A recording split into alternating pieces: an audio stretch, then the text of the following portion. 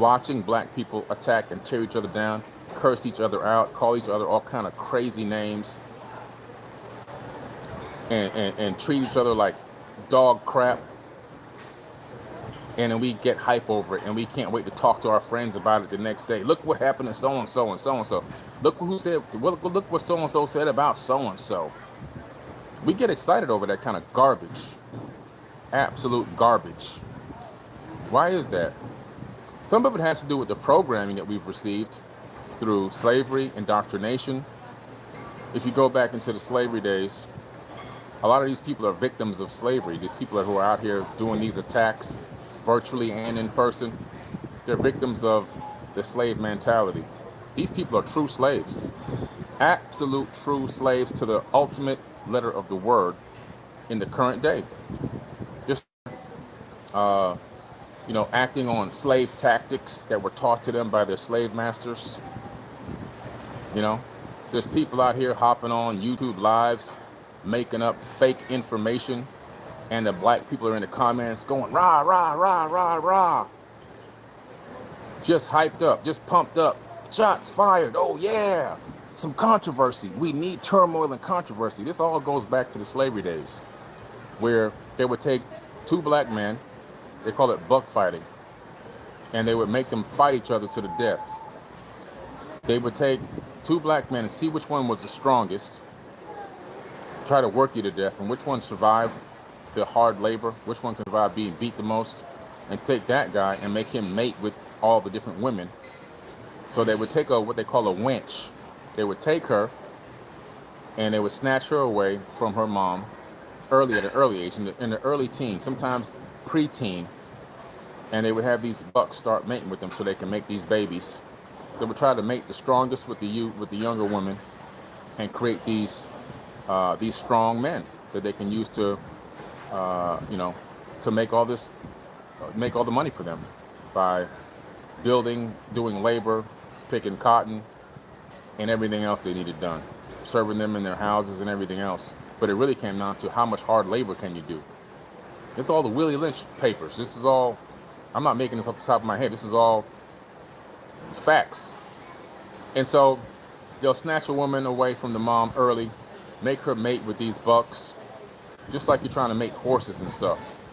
You take the baby then is snatched away from that mother after it's born and sold off or kept on the same plantation, depending on whether it's just a breeding farm or it's a plantation that is keeping food. Thank you for the donations, guys. I appreciate it. And then from there, that baby is then, whether it's a man or a woman, is either, as it grows up, first of all, the baby is kept dumb and ignorant. No reading, no writing. You do what the master tell you to do, period, and that's the best you can do. And you do the labor, and that's it. You don't question anything. You don't research anything. You're not taught to research. This is why the majority of black people that are doing these posts on social media are the worst researchers in the world. They're completely ignorant people. And so then what happens is you go out there, and based off of how you look in terms of your skin tone, you may work in the house. Based off of whether they've taken a liking to you or not, you may work inside or outside. If you're working outside, you're doing back-breaking labor. If you're working inside, you're a house, right? And so now you got this jealousy that's building between the person in the house and the person outside the house. The person outside the house wants to be in the house because it's easier, lighter load. It's an easier way to go. Easier work, right? Making up beds, cleaning toilets, simple stuff, man. Washing some dishes, serving some food, cooking, basic stuff. But the guy outside is breaking his back every single day for 15 hours a day, dusk till past dawn. And then he's only given scraps to eat. So outside workers were given the scraps. This is what we call soul food, which is the leftover slop that they couldn't eat in the house, like the hooves and all kind of crazy stuff, the gizzards and all this other garbage. Soul food is not soul food because it destroys your soul. It kills you. Kills you early. And the people in the house, though, the house Negro, he's getting good food. He's getting good leftovers, right? He's getting the choice parts, the pieces of the meat that are left over, because they're the ones cooking the food. They can slice and dice up whatever they want for themselves. They can eat, and then a nice warm inside with a nice fireplace, drink some tea, all that kind of good stuff. So you have this jealousy that builds up. That jealousy there between the house Negro and the field Negro builds up, and it becomes this huge envious battle over time. Besides that, you also had the other situation where there was this competition for the field Negro. So the person out in the field, the black men out in the field and the black women out there doing all the hard labor, they would be put against each other competition-wise. Who's picking the most cotton? Who's doing the best labor? Who's the most loyal? Who's the better snitch on people trying to escape, and who's plotting this and who's plotting that? Trying to look for favor from the master, right? Trying to look for favor.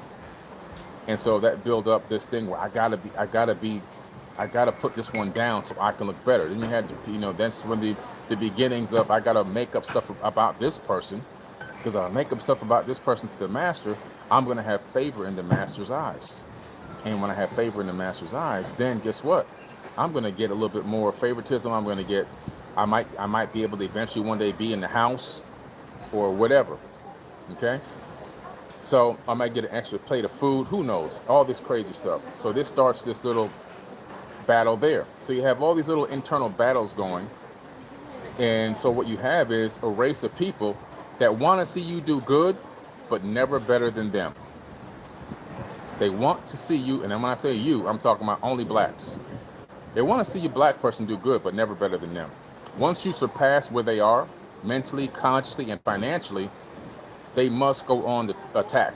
They must attack you. They must bring you down at any expense. Because you just triggered an epigenetic memory from ancestors in their body.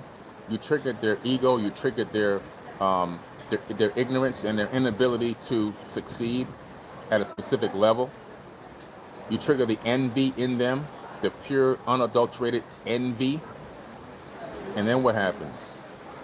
They go on the attack. They go on the attack.